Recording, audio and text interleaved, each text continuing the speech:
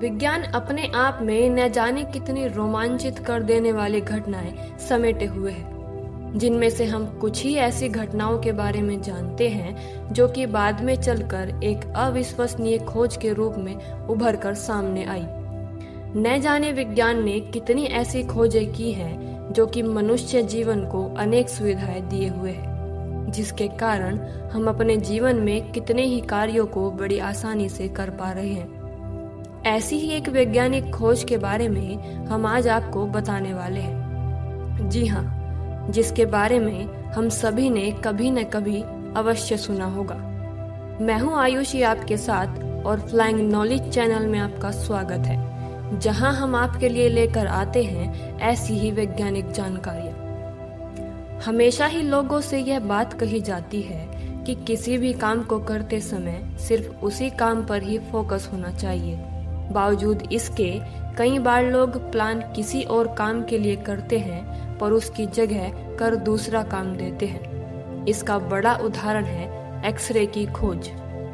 X ray किरणों को न तो देखा जा सकता है और न ही महसूस किया जा सकता है, जबकि ये किरणें त्वचा, धातु व हड्डियों को आसानी से पार कर जाती हैं, जिसके बाद वह हड्डियों आदि का ऐसा चित्र बना देती है जिन्हें आंखों से देख पाना संभव नहीं होता।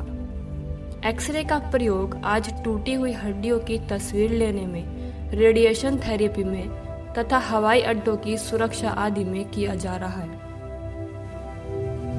एक्सरे की खोज जर्मनी के एक भौतिक शास्त्री विल्हेल्म रोंटगन ने सन 1895 में की थी। जब उन्होंने एक्सरे की खोज की तब उनकी उम्र 50 वर्ष थी। 18वीं सदी के अंत तक वैज्ञानिकों को एक्सरे के बारे में कोई जानकारी नहीं थी, इसलिए इन किरणों का नाम एक्सरे रखा गया। एक्सरे का मतलब होता है अज्ञात किरण। इन किरणों को रोंटगन किरणें भी कहा जाता है। विल्हेल्म रोंटगन को इस आविष्कार के लिए 1901 में नोबेल पुरस्कार से भी नवाजा गया था। एक्सरे की खोज विज्ञान की दुनिया में क्रांतिकारी खोज मानी जाती है, क्योंकि इससे कैंसर जैसे भयानक रोग का इलाज भी किया जाता है। यही नहीं, इनके द्वारा शरीर में घुसी गोली तथा अपराधियों द्वारा शरीर के किसी हिस्से में छिपाई गई हीरा, मोती या सोने जैसी मूल्यवान वस्तु का भी पता लगाया जा सकता है। सन 1972 में इन किरणों का प्रयोग करके सीटी स्कैनर का विकास हुआ। अब आपको बताते हैं कि कैसे मात्र एक संयोग से एक्सरे की खोज हुई। एक्सरे की खोज की कहानी भी बड़ी दिलचस्प रही है। विल्हेल्म अपनी प्रयोगशाला में एक कैथोड रे ट्यूब पर परीक्षण कर रहे थे। उन्होंने सभी पर्दे गिराकर अपनी प्रयोगशाला में अंधेरा किया हुआ था और ट्यूब को एक काले रंग के एक गत्ते के डिब्बे से ढक रखा था। विल्हेल्म ने देखा कि ट्यूब के पास रखे बेरियम प्लेटिनो साइनाइड के टुकड़ों से एक प्रकार का प्रकाश पूरी जगमगाहट के साथ निकल रहा है। तब उन्होंने चारों ओर देखकर पाया कि उनकी मेज से कुछ दूरी पर एक पर्दा भी चमक रहा है। यह देखकर विल्हेल्म की हैरानी अत्यधिक बढ़ गई, क्योंकि ट्यूब को काले गत्ते से ढका गया था और कैथोड किरणों के बाहर निकलने का भी और कोई रास्ता नहीं था। और विल्हेल्म को यह विश्वास हो गया कि अवश्य ही ट्यूब से कुछ अज्ञात किरणें निकल रही हैं, जो एक मोटे कागज को भी आसानी से पार कर सकती हैं। इसके बाद उन्हें एक महत्वपूर्ण विचार आया।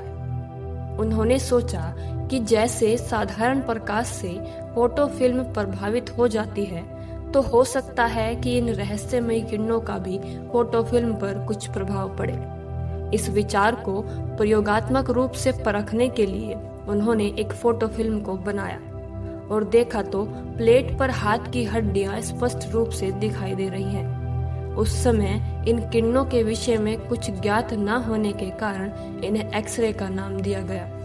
प्रोफेसर रोंटगन की पत्नी ने एक अंगूठी पहन रखी थी। एक्सरे किरणों से लिए गए उनके हाथ के चित्र में यह अंगूठी भी स्पष्ट दिखाई दे रही थी और यह पहला अवसर था जब किसी जीवित व्यक्ति के स्ट्रक्चर का चित्र लिया गया था।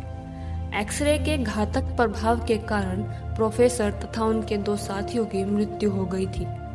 हालांकि ये किरणें जीवनदायी है, परंतु शरीर पर इनके घातक प्रभाव भी हो सकते हैं। एक्सरे के आविष्कार के बाद आज तक इनमें कई बदलाव हो चुके हैं। समय के साथ एक्सरे डिजिटल होते जा रहे हैं। आज पूरी दुनिया में मनुष्य शरीर के आंतरिक हिस्सों को देखने के लिए एक्सरे का इस्तेमाल किया जा रहा है। तो यह थी एक्सरे के आविष्कार की कहानी। ऐसी ही कुछ वैज्ञानिक जानकारियों को पाने के लिए फ्लाइंग नॉलेज को सब्सक्राइब करें। और अगर आपको यह वीडियो पसंद आया हो तो इस वीडियो को लाइक और शेयर करना बिल्कुल ना भूलें। धन्यवाद।